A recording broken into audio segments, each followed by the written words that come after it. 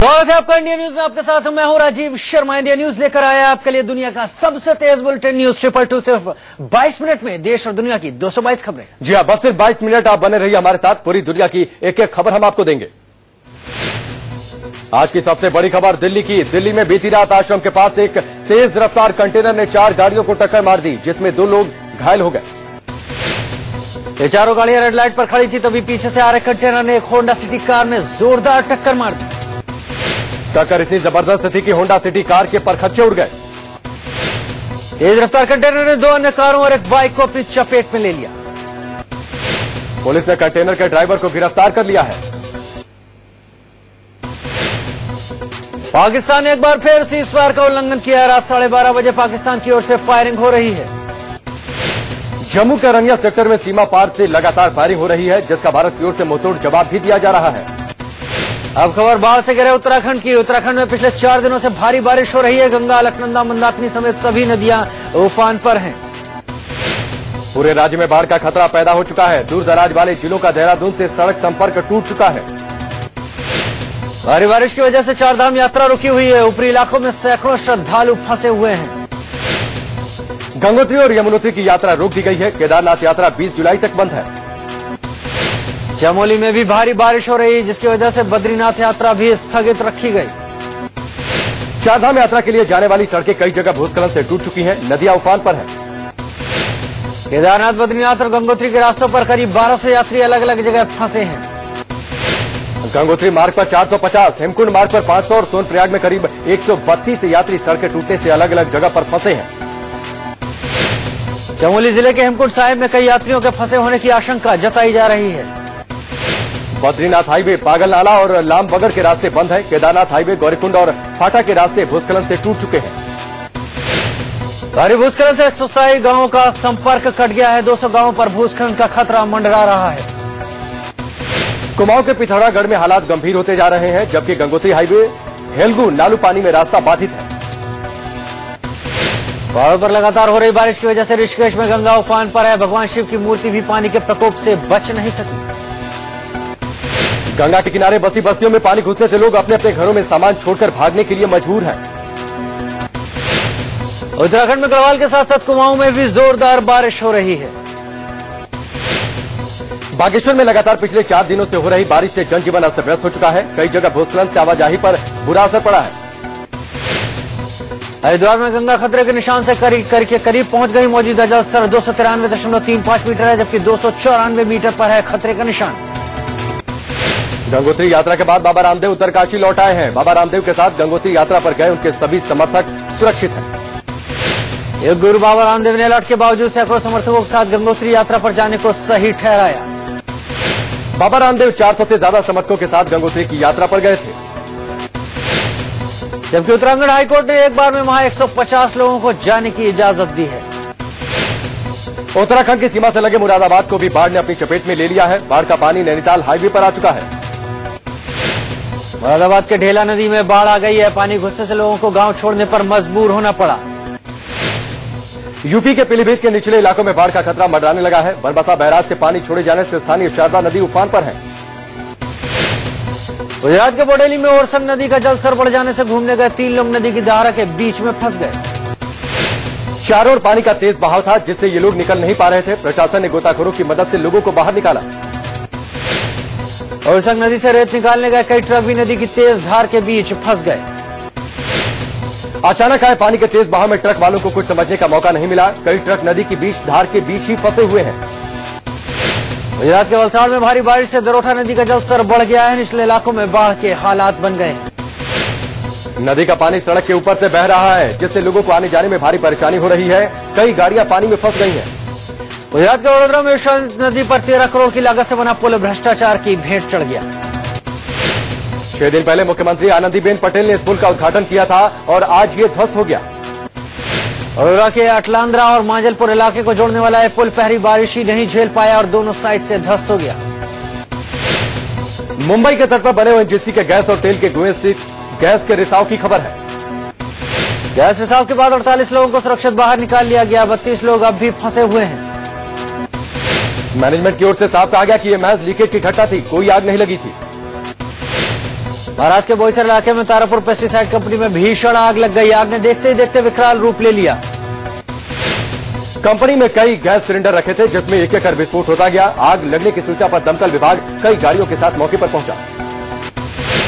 शनिवार शाम 7 बजे लगी आग पर काबू पाने में कई घंटे लग गए। आग से कंपनी पूरी तरह जलकर खाक हो गई। हालांकि हादसे में कोई हताहत नहीं हुआ। दिल्ली में बीजेपी और आम आदमी पार्टी के बाद अब कांग्रेस भी पोस्टर वॉर में कूद गई है। मौके पर पहुंचा। शनिवार शाम 7 बजे लगी आग पर काबू पाने में कई घंटे लग गए। आग से कंपनी पूरी तरह जलकर खाक हो गई। हालांकि हादसे में कोई हताहत नहीं हुआ। दिल्ली में बीजेपी और आम आदमी पार्टी के बाद अब कांग्रेस भी पोस्टर वॉर में कूद गई है। कांग्रेस ने पूरी दिल्ली में 2 तरह के पोस्टर लगवाए हैं। पहले पोस्टर में लिखा है 49 दिन का कामकाज, आप और बीजेपी दोनों धोखेबाज। दूसरे पोस्टर में केजरीवाल पर निशाना साधा गया है। लिखा है बिजली पानी पर दिल्ली वालों को नो उल्लू बनावे। इसमें लिखा है 49 दिनों में केजरीवाल दिल्ली छोड़ भागा, दिल्ली की जनता को बुरा लगा। पोस्टर दिल्ली प्रदेश युवा कांग्रेस की ओर से लगाए गए हैं। इसमें नीचे युवा कांग्रेस के अध्यक्ष अमित मलिक का नाम लिखा है। इससे पहले पोस्टरबाजी में गिरफ्तार हुए आम आदमी पार्टी के प्रवक्ता दिलीप पांडे समेत 3 लोगों को 14 दिनों की न्यायिक हिरासत में भेज दिया गया। दिलीप पांडे और उनके 2 कार्यकर्ताओं को आपत्तिजनक पोस्टर लगाने के आरोप में शुक्रवार रात गिरफ्तार किया गया था। विवादित पोस्टर लगने के मामले में पुलिस ने केजरीवाल की पार्टी के कार्यकर्ता अमानतुल्लाह खान को गिरफ्तार कर लिया। अमानतुल्लाह ने लिखित में बयान दिया है कि कांग्रेस और बीजेपी के साजिश के खुलासे के लिए उसने ये पोस्टर लगाए थे। अमानतुल्लाह ने कहा कि पोस्टर लगाने में आम आदमी पार्टी का कोई लेना देना नहीं है। पोस्टर को लेकर मचे घमासान के बीच आम आदमी पार्टी ने पूरे मामले से पल्ला झाड़ लिया। मनीष सिसोदिया ने कहा कि पोस्टर अमानतुल्लाह ने लगाए, लेकिन गिरफ्तारी दिलीप पांडे की कर ली गई। पार्टी पोस्टर के बारे में नहीं जानती। सिसोदिया ने दिलीप पांडे की गिरफ्तारी को बीजेपी की साजिश कहा। पुलिस पर बीजेपी के इशारे पर काम करने का आरोप लगाया। अरविंद केजरीवाल ने भी अपने प्रवक्ता की गिरफ्तारी को लेकर बीजेपी पर निशाना साधा। केजरीवाल ने कहा कि विधायकों के खरीद फरोख्त योजना फेल होने की वजह से बीजेपी के नेता बौखला चुके हैं। योगेंद्र यादव ने कांग्रेस विधायकों के खिलाफ पोस्टर को गलत बताया। योगेंद्र यादव ने कहा कि पोस्टर पहली नजर में सांप्रदायिक दिखता है। कांग्रेस ने भी आम आदमी पार्टी पर हमला किया है। अरविंदर सिंह लवली ने कहा कि हमारे विधायकों को बदनाम करने की साजिश है। कांग्रेस नेता ने आपको बीजेपी की बी टीम बताया। लवली ने कहा कि संघ डायरेक्ट आम आदमी पार्टी बीजेपी को इनडायरेक्ट सपोर्ट करती है। अपने सभी विधायकों के साथ पोस्टर विवाद पर सफाई देने पहुंचे लवली ने केजरीवाल की नीयत पर सवाल उठाए। अरविंदर सिंह लवली ने कहा कि अगर केजरीवाल की नीयत साफ थी तो होर्डिंग में पार्टी का नाम क्यों नहीं लिखा गया। लवली ने केजरीवाल पर घटिया राजनीति करने का आरोप लगाया। लवली ने कहा कि केजरीवाल ने दिल्ली की राजनीति का स्तर गिरा दिया है। दिल्ली बीजेपी अध्यक्ष सतीश उपाध्याय ने केजरीवाल पर चुनावी फायदे के लिए समुदाय विशेष को भड़काने का आरोप लगाया। सतीश उपाध्याय ने चुनाव आयोग से आम आदमी पार्टी की मान्यता रद्द करने की गुजारिश की। सतीश उपाध्याय ने दिल्ली में चुनाव के लिए तैयार होने की भी बात कही। दिल्ली में सरकार बनाने को लेकर प्रदेश बीजेपी अध्यक्ष सतीश उपाध्याय का कहना है कि सरकार बनाने के सभी विकल्प खुले हैं। सतीश उपाध्याय ने कहा कि अगर उपराज्यपाल की ओर से सरकार बनाने का न्योता आने पर सदन के नेता का चुनाव किया जाएगा। साथ ही बीजेपी प्रदेश अध्यक्ष ने यह भी कहा कि अभी पार्टी सरकार बनाने की स्थिति में नहीं है। पीएम नरेंद्र मोदी ने अपने संसदीय क्षेत्र वाराणसी में विकास का एक्शन प्लान तैयार कर लिया है। दिल्ली में पीएमओ में कल नरेंद्र मोदी ने बीजेपी के वाराणसी के नेताओं के साथ बैठक की। इस बैठक में मेयर के साथ बीजेपी नेता और चुने हुए प्रतिनिधि भी शामिल हुए। बैठक में वाराणसी में मिनी पीएमओ बनाने की बात हुई। केंद्रीय योजनाओं के लिए टीम बनाने का भी फैसला हुआ। संघ ने बीजेपी अध्यक्ष अमित शाह को अपनी टीम चुनने के लिए हरी झंडी दे दी है।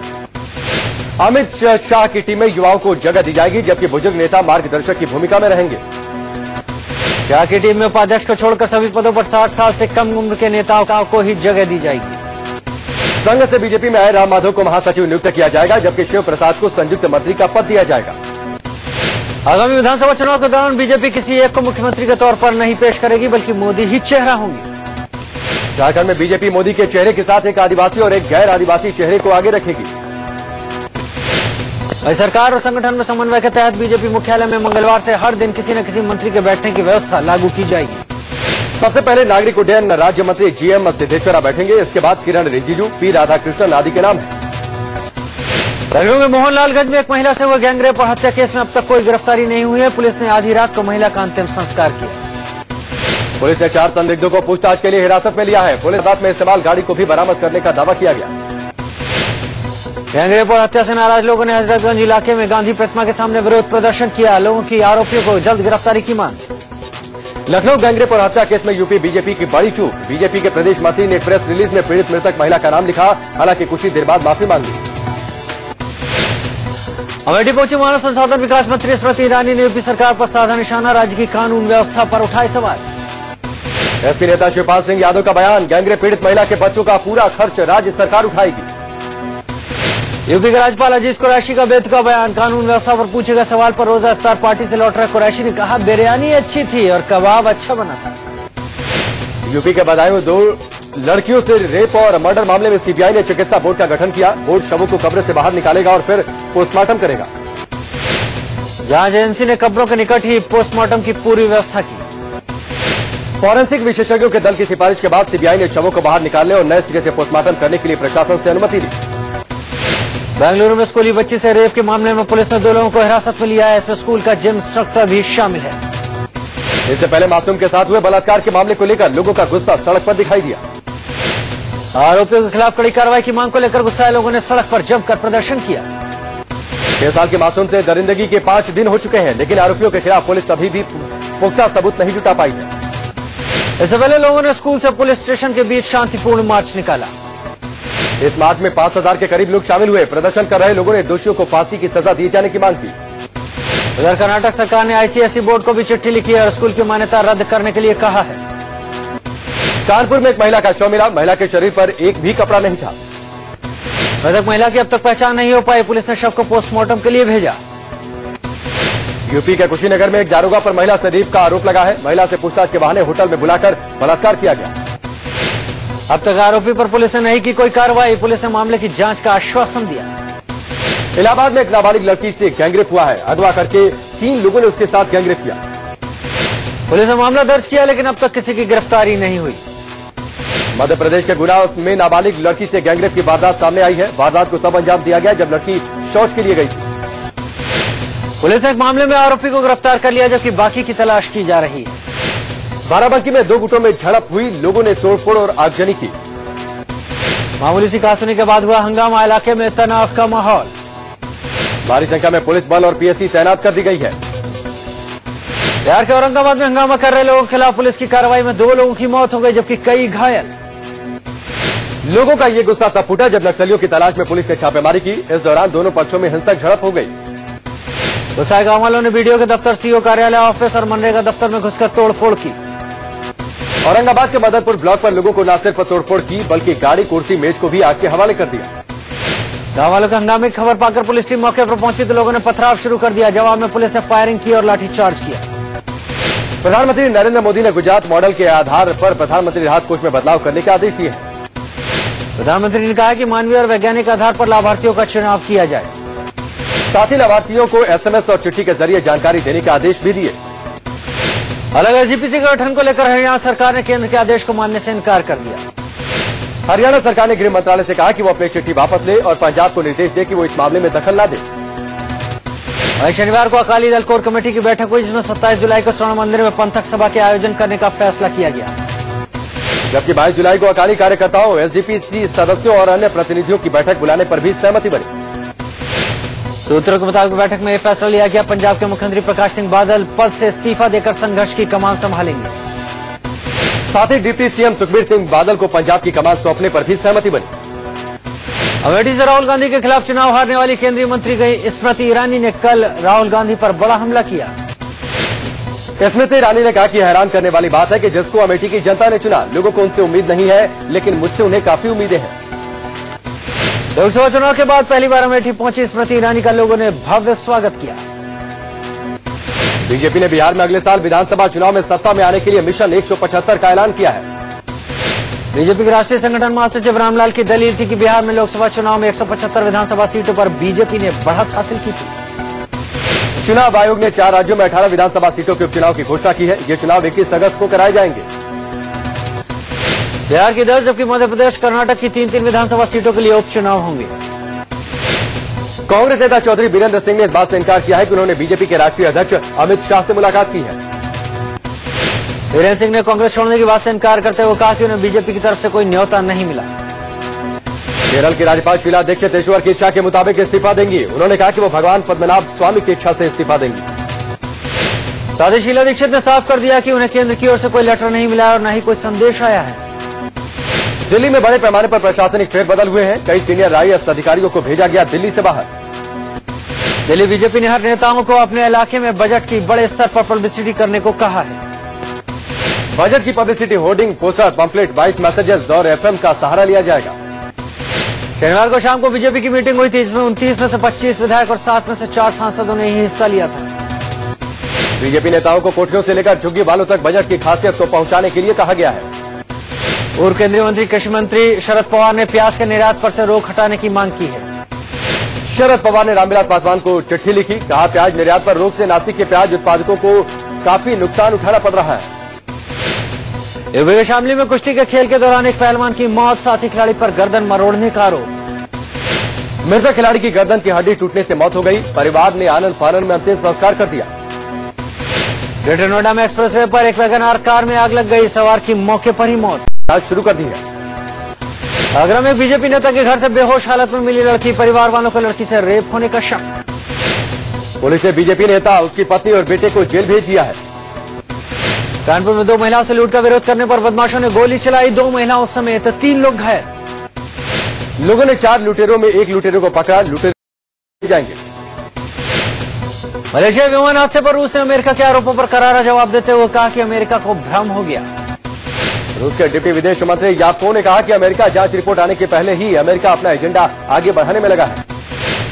इराक की राजधानी बगदाद 10 मिनट में 30 शक्तिशाली धमाकों से दहल गई। धमाकों में कम से कम 24 लोग मारे गए। बगदाद में हुए हमले का शक आईएसआईएस के आतंकियों पर है, जिसने इराक के कई शहरों पर कब्जा कर रखा है। इजरायल ने हमास पर हमले और तेज कर दिए। गाजा पट्टी में जारी हमले में एक ही परिवार के 8 सदस्यों समेत 26 फलस्तीनियों की मौत हो गई। इजरायल और फलस्तीन के बीच पिछले 12 दिन से जारी संघर्ष में मरने वालों की संख्या 300 से पार हो गई है। मलेशियाई विमान को मार गिराए जाने की जांच के लिए यूरोपीय दल यूक्रेन पहुंच गया है, लेकिन जांच से पहले ही रूस समर्थक विद्रोही विमान के मलबे को नष्ट करने में लगे हुए हैं। जांच के लिए पहुंचे यूरोपीय दल का कहना है कि पर्यवेक्षकों को विमान के मलबे तक पहुंचने के लिए पूरी छूट नहीं दी जा रही।